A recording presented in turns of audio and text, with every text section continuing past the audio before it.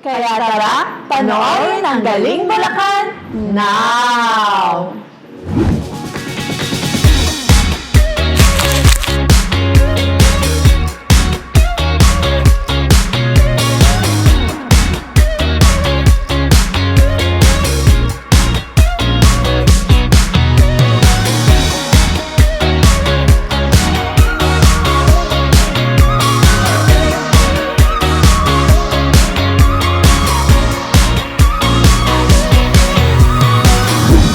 Mahal kong Bulakenyo, meron naman po tayong isang kwento na siguradong magpapangiti sa inyong lahat.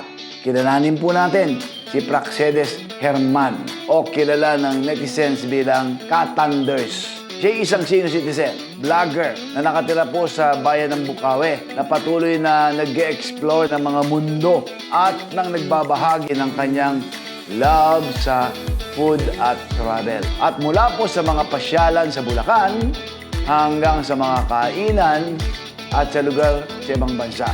Atin pong panoorin ang kanyang kwento sa kanyang mga paglalakbay sa likod ng hatid niyang saya. Ito lamang po yan sa Galing Bulacan.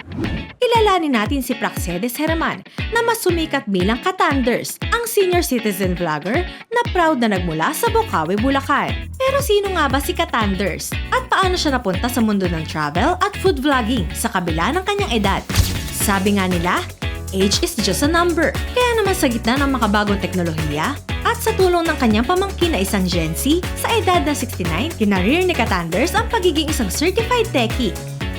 Nag-umpisa lang kami kasi picture-picture lang ng pamangkin ko.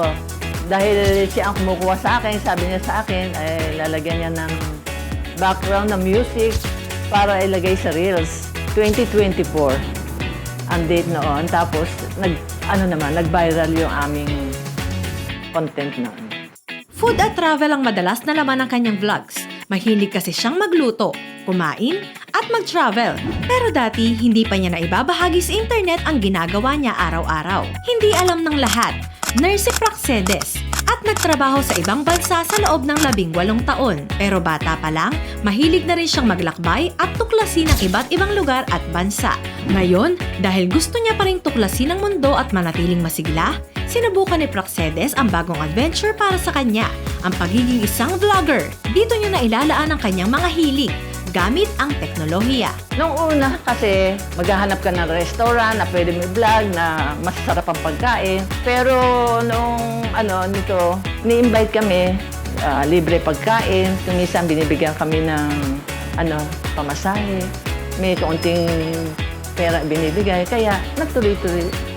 Di ba para sa akin, siyempre, maganda, kumikita ka rin, di ba? Dahil taga rito ako sa Bulacan, alam ko na kung saan yung dapat kong puntahan, kung saan ang masarap at magandang lugar na magugustuhan rin ng mga viewers. Mga viewers kasi hinahanap mura na, masarap pa. Ginawa niyang stepping stone ng mga pasyalan at kainan sa Bulacan para sa kanyang content. Ngayon, bilang isang content creator, nakakapunta na rin siya sa iba't ibang lugar, maging sa ibang bansa, para sa kanyang travel at food adventures.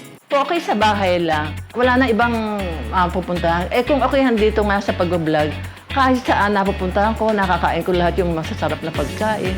Makikita mo pa buong Pilipinas, maisishare mo sa lahat.